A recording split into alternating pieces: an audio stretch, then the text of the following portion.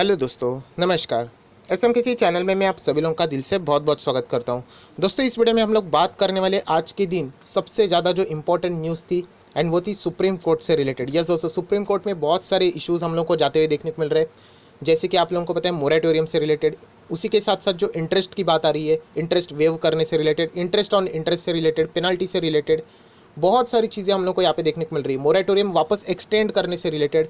So exactly यहाँ पे court में क्या क्या हुआ है एंड उसी के साथ साथ आगे क्या हो सकता है, उसी से रिलेटेड बात अभी हम लोग यहाँ पे करने वाले हैं। तो चलिए दोस्तों, फटाफट इस वीडियो को स्टार्ट करते हैं। बट उससे पहले जरूर कहना चाहूँगा, अगर इस चैनल में फर्स्ट टाइम विजिट किया तो जरूर सब्सक्राइब करके रख लेना, साथ में बेल आइकन को भी हिट करके रख लेना। सो ऐसी इंटरेस्टिंग वीडियो आप लोगों को देखने के लिए मिल जाएंगे।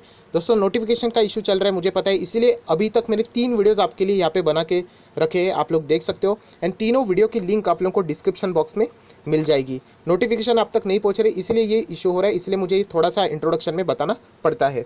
एंड अगर आप चाहो तो फ्री स्टॉक मार्केट क्लासेस इस चैनल को भी फॉलो कर सकते हो, लिंक नीचे डिस्क्रिप्शन बॉक्स में या फिर ऊपर आई बटन पे, दोनों जगह पे आप लोगों को मिल जाएगी। सो दोस्तों, ये है बैंक निफ्टी। आज के दिन आप लोगों को पता है एक्सपायरी भी थी, जो कि हम लोग यहाँ पे देखते रहते हैं, राइट। एंड उसी के साथ साथ अगर हम लोग यहाँ पे कहें तो बैंक निफ्टी में हम लोग को लगभग 1.5% की गिरावट देखने को मिली है, क्योंकि सुप्रीम कोर्ट की जो सुनवाई चल रही थी हम लोग को प्रॉपरली देखने को नहीं मिल रहा था, बहुत सारी अनसर्टिनिटीज़ आ रही थी। एंड जब भी ऐसी चीज़ें होती है तो यूजुअली हम लोग को गिरावट ही देखने को मिलती है। आप लोग देख सकते हैं over the period of an time थोड़ा सा जंप जरूर कर रहा था बैंक निफ्टी, बट हम लोगों को जो क्लोजिंग देखने को मिल रही है वो डाउन ट्रेंड पैटर्न में ही देखने को मिली है। सो आप लोगों को पता चल जाता है, एक अंदाज़ा आ जाता है कि जो फैसला रहेगा शायद से बैंकिंग सिस्टम के लिए, एनबीएफसी के लिए, फाइनेंशियल सर्विसेज प्रोवाइड करने वाली कंपनीज के थोड़ा से अगेंस्ट में आ सकते हैं। तो चलिए एग्जैक्टली यहाँ पे क्या हुआ है वही अभी हम लोग को यहाँ पे देखना है। सो दोस्तों, आप सभी लोगों को पता है यहाँ पे हर कोई अपना यहाँ पे पक्ष रखता है। तो सबसे पहले आप लोग देख सकते हैं solicitor general Tushar Mehta to supreme court, ये किससे रिलेटेड, ये आरबीआई का पक्ष रखते हैं सुप्रीम कोर्ट में। तो उन्होंने कुछ इंपॉर्टेंट चीज़ें बोली है, वो डेफिनेटली आरबीआई की तरफ से, बैंकिंग की तरफ से यहाँ पे कुछ उनके पॉइंट ऑफ व्यू रखेंगे कि क्यों ऐसी चीज़ें नहीं होनी चाहिए एंड प्रॉपरली होनी चाहिए। तो सबसे पहले उन्होंने यहाँ पे बताया है, the impact of covid is faced by everyone but the impact is different for every sector. The impact is good also on some sector, यहाँ पे सम होना चाहिए, some sector like the pharma sector, IT sector. तो यहाँ पे मैं सबसे पहले यहाँ पे बात बताना चाहूँगा कि शुरुआत उन्होंने ऐसी क्यों की। यहाँ पे बहुत सारे ऐसे सेक्टर वाले हैं जो कि कह रहे हैं कि सभी के लिए रूल सेम होने चाहिए, बट आरबीआई बोल रही है कि ऐसा नहीं होना चाहिए, क्योंकि जो इम्पैक्ट है हर सेक्टर के लिए डिफरेंट है। फार्मा सेक्टर ने ज़बरदस्त कमाई की है। अगर हम लोग बात करें कोविड में, आईटी सेक्टर में भी बहुत अच्छा परफॉर्मेंस दिया है। एफएमसीजी भी अगर आप लोग देखोगे तो उन्होंने भी अच्छा दिया, केमिकल सेक्टर ने अच्छा दिया है। सो ये जो बातें बोली जा रही है कि सभी लोगों को एक ही तराजू के यहाँ पे देख लिया जाए, तो वो गलत चीज़ है जो कि आरबीआई की तरफ से यहाँ पे बताया जा रहा है, एंड जो कि बिल्कुल भी सही है, क्योंकि कुछ सेक्टर ने यहाँ पे गजब के रिटर्न्स कमाए, तो उनको यहाँ पे वो फिलहाल राहत नहीं मिलनी चाहिए। तो सबसे पहले ये बात उन्होंने यहाँ पे सामने रख ली। उसके बाद अभी हम लोग आएंगे सबसे इंपॉर्टेंट चीज़ों से रिलेटेड, इंटरेस्ट वेविंग से रिलेटेड। तो उन्होंने यहाँ पे बताया कि कोविड जब यहाँ पे शुरुआत हुई, लॉकडाउन यहाँ पे लगाया गया, एंड यहाँ पे मोरेटोरियम का अनाउंसमेंट इसीलिए किया गया था कि जो बर्डन है यहाँ पे बोरोवर्स के ऊपर वो कैसे हो जाए, ईजी किया जाए, तो यहाँ पे बिजनेस करने के लिए जो उनका वर्किंग कैपिटल है वो आसानी से मैनेज कर पाए। बट यहाँ पे बीच में ही किसी ने इंटरेस्ट वेविंग ऑफ से रिलेटेड बातें करना शुरू कर दिया, जो कि पहले कभी भी ऐसा बोला नहीं गया था।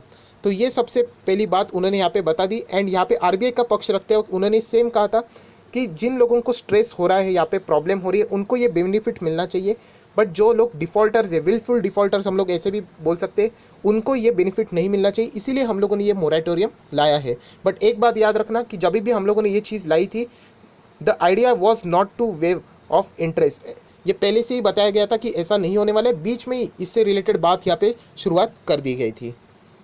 सो ओवरऑल आरबीआई यही कहना चाहता है कि यहाँ पे जो वेविंग ऑफ इंटरेस्ट से रिलेटेड बात हो रही है वो फिलहाल बहुत ही बेबुनियाद है। यहाँ पे बैंक्स का जो बिज़नेस है वो यहाँ पे होने को ही चाहिए, क्योंकि उनका जो प्रॉफिट रहता है वो इंपॉर्टेंट है, जो कि हम लोग को यहाँ पे देखने को मिल रहा है।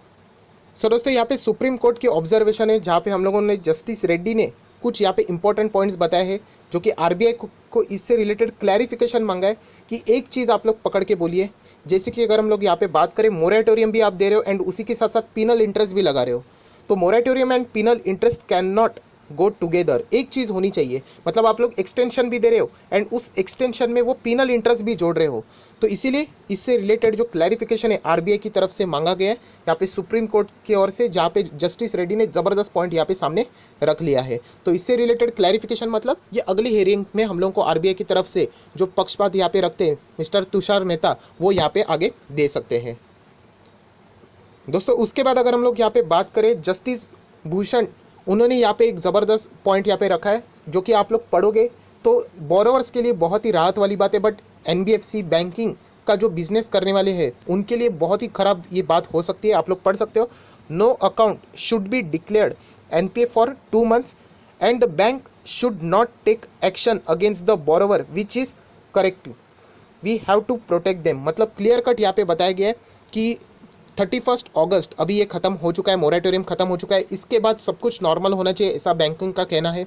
वो रिस्ट्रक्चरिंग का भी स्कीम ज़रूर ला रहे, बट यहाँ पे क्लियर कट सुप्रीम कोर्ट ने बोल दिया है कि ये जो फिलहाल की अगर हम लोग बात करें एनपीए से रिलेटेड, 2 month तक आप किसी को भी एनपीए डिक्लेयर नहीं कर सकते। मतलब 31 अगस्त अभी खत्म हो चुका है, सितंबर लग चुका है, सितंबर अक्टूबर में भी अगर हम लोग यहाँ पे बात करें 2 month तक आप किसी को भी एनपीए नहीं बोल सकते। इन केस हम लोग ऐसे भी बोल सकते किसी ने अगर डिफ़ॉल्ट किया तो आप इसके अगेंस्ट लीगल एक्शन भी यहाँ पे फिलहाल नहीं ले सकते। सो ये बोरोवर्स के लिए बहुत ही अच्छी बात है, बट जो लेंडर्स है मतलब बैंकिंग है, एनबीएफसी है, उनके लिए फ़िलहाल ये बात बिल्कुल भी अच्छी हम लोग को देखने को नहीं मिल रही है।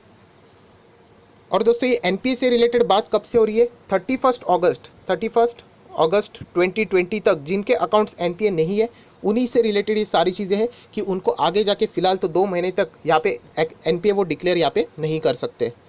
सो ये एनपीए कब हो जाएंगे? तो सुप्रीम कोर्ट ने कहा है जब तक हमारा यहाँ पे आदेश नहीं आता है तब तक आप लोगों ने यहाँ पे जो हम लोगों ने बोला है उसी को फॉलो करना चाहिए एंड किसी के अगेंस्ट आप लोगों ने लीगल एक्शन यहाँ पे लेने का हक यहाँ पे किसी भी बैंक्स को या फिर एनबीएफसी को नहीं है। अगर ऐसा किया जाएगा तो हम लोग मतलब सुप्रीम कोर्ट उसको यहाँ पे प्रोटेक्ट करेंगे। ये भी बात यहाँ पे सुप्रीम कोर्ट ने क्लियर कट बोल दी है। सो दोस्तों अगर हम लोग बैंकिंग के पॉइंट ऑफ व्यू से बोला जाए तो आप लोग देख सकते हैं एडवोकेट हरीश साल्वे, उन्होंने यहाँ पे इंडियन बैंक एसोसिएशन आईबीए उनका यहाँ पे पक्ष रखा है सुप्रीम कोर्ट से रिलेटेड। तो सबसे पहले उन्होंने यहाँ पे बताया गया कि इन सभी लोगों को एक तराजू में ना तोला जाए। जैसे कि आप लोगों को पता है common man problems are different from those of the corporates. बहुत सारे लोग कॉरपोरेट्स एंड कॉमन मैन को एक ही इसमें जोड़ने की कोशिश कर रहे हैं, तो ये डिफ़िकल्ट यहाँ पे साबित हो सकता है। सो सभी लोगों के लिए अलग अलग यहाँ पे कुछ प्रावधान होने चाहिए, ये भी उन्होंने यहाँ पे ज़रूर कहा है। सो सबसे पहले उन्होंने यही कहा कि इंडिविजुअल के जो प्रॉब्लम्स है एंड उसी के साथ साथ इंडस्ट्रियल जो प्रॉब्लम्स है इन लोगों को एड्रेस करना चाहिए एंड इनको डिफ्रेंशिएट करके इनका सोल्यूशन यहाँ पे क्या करना चाहिए, निकाल लेना चाहिए। उसी के साथ साथ उन्होंने बैंक्स का पक्ष रखते हुए यहाँ पे बताया कि कुछ डिफ़ॉल्टर ऐसे हैं जो कि 2019 के पहले है, तो वो भी यहाँ पे कोशिश कर रहे हैं कि यहाँ पे कोविड से रिलेटेड ही जो स्कीम है उनमें रिलीफ रहने से रिलेटेड उनको भी रिलीफ ज़रूर मिलनी चाहिए, but they may seek relief under the general scheme. So सभी लोगों को एक ही इसमें जोड़ना नहीं चाहिए, ये भी उन्होंने यहाँ पे ज़रूर बताया। तो इससे रिलेटेड भी बैंक ने पहले कहा था कि मार्च के इसमें अगर पहले किसी ने प्रॉपरली अगर लोन पे किया है तो इनको यहाँ पे हम लोगों ने डिफरेंट इसमें डालना चाहिए एंड जो लोगों ने डिफ़ॉल्ट किया है इनको अलग यहाँ पे बाइफर्केशन में रखना चाहिए। ये भी आरबीआई ने इससे पहले ज़रूर बोल दिया था। उसी के साथ साथ उन्होंने एनपीए से रिलेटेड भी कुछ क्लैरिफिकेशंस रखे जो कि बहुत सारे लोग गलत इंटरप्रेट कर रहे हैं। जैसे कि उन्होंने कहा कि moratorium is not included in default period, तो उसको वो ज़रूर कैलकुलेट नहीं करेंगे। जो यहाँ पे हम लोग बात करें आफ्टर द मोरेटोरियम से रिलेटेड कर रहे हैं, आफ्टर मोरेटोरियम इज़ ओवर, मतलब अभी सितंबर से ही 1 सितंबर से वो वापस यहाँ पे एनपीए कैलकुलेट करना शुरू करेंगे। एंड एनपीए कैलकुलेट कब हुआ जाता है? जब कोई भी 90 डेज़ का यहाँ पे डिफ़ॉल्ट करता है तो सो सितंबर से वापस फ्रेश यहाँ पे कैलकुलेशन हो सकता है 90 डेज़ का। उसी से रिलेटेड बात भी उन्होंने यहाँ पे की है एंड इससे रिलेटेड वो कोई भी यहाँ पे कंसेशन यहाँ पे देखने को नहीं मिल रहा है। इनफैक्ट आप सभी लोगों को पता है बैंक्स को भी पसंद नहीं होता है एनपीएस डिक्लेयर करना, बट जो सिस्टम प्रॉपर चलाने के लिए जो चीज़ें हैं वो वैसे ही हम लोगों को देखने को चाहिए, वो भी यहाँ पे उन्होंने चीज़ें यहाँ पे सबके सामने रख ली है। हालांकि सुप्रीम कोर्ट ने क्लियर कट कहा है कि आने वाले 2 महीने तक आप किसी भी अकाउंट को जो अभी तक 31 अगस्त तक एनपीए डिक्लेयर नहीं हुआ है उसको आप लोग आगे जाके एनपीए घोषित नहीं कर सकते जब तक सुप्रीम कोर्ट यहाँ पे ऑर्डर पास नहीं करता है तब तक। एंड अगर कोई डिफ़ॉल्ट भी करता है तो उसके अगेंस्ट लीगल एक्शन भी कोई भी बैंकर या फिर लेंडर्स मतलब एनबीएफसी भी हो जाए, जो लोन प्रोवाइड करने वाली कोई भी संस्था हो, वो यहाँ पे फ़िलहाल तो नहीं ले पाएगी।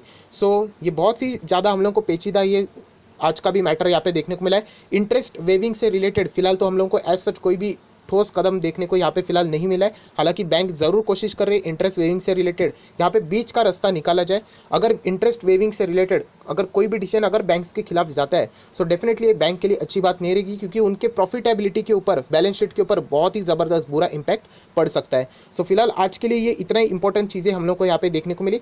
एंड जो नेक्स्ट हियरिंग है वो 10 सितंबर 2020 को यहाँ पे बता दी है, जो कि सुबह ही हम लोग को 10 से 10:30 के यहाँ पे बीच में देखने को मिलने वाली है। सो अच्छी बात है, ड्यूरिंग द मार्केट ही हम लोग यहाँ पे देख पाएंगे। If I am not wrong 10 तारीख मतलब नेक्स्ट थर्सडे को ही शायद से यहाँ पे हियरिंग हो सकती है। ज़रूर चेक करना, मैंने सिर्फ ऐसे ही कैलकुलेशन करके बोल दिया है। सो आज की जो हियरिंग थी उसमें तो हम लोग ज़रूर कह सकते जो बातें यहाँ पे बोली गई है वो यहाँ पे डेफिनेटली जिन्होंने लोन लिया है उनके फेवर में बहुत ज़्यादा देखने को मिल रही है, बट जिन्होंने लोन दिया है मतलब बैंक हो, एनबीएफसी हो, उनके फेवर में ज़्यादा हम लोग को फिलहाल देखने को नहीं मिल रही है। सो ये लॉन्ग टर्म गेम है जो कि हम लोग को यहाँ पे देखना है। बहुत सारी चीज़ें अभी भी हम लोग को यहाँ पे पढ़ना बाकी भी है। सो ओवरऑल इस वीडियो का अगर मैं कंक्लूजन के फॉर्म में आज के दिन की बात करूँ तो सुप्रीम कोर्ट ने ज़बरदस्त यहाँ पे झटका दे दिया है आरबीआई को, उसी के साथ साथ गवर्नमेंट को, क्योंकि उन्होंने क्लियर कट का है एनपीए कंटिन्यू फिलहाल 2 महीने के लिए नहीं रहेंगे एंड लीगल एक्शन भी नहीं ले पाएंगे।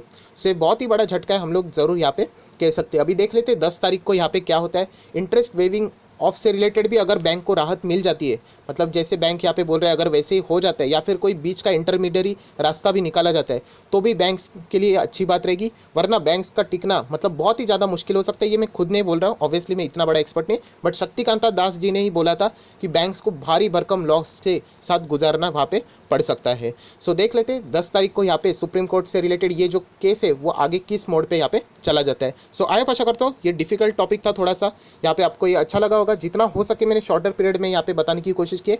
कुछ पॉइंट हो सकते हैं मेरे से भी छूट गए होंगे, बट जो मेन क्रक्स था वो आप लोगों को बताने की कोशिश यहाँ पे मैंने कर ली है। सो that's it, thank you very much दोस्तों। अगर आपको वीडियो अच्छा लगे तो लाइक करना, दोस्तों के साथ शेयर करना, तो उनको भी ये सारी बातें पता चल जाएगी। So that's it, thank you very much दोस्तों। We will be meeting in our next video. तब तक के लिए बाय बाय।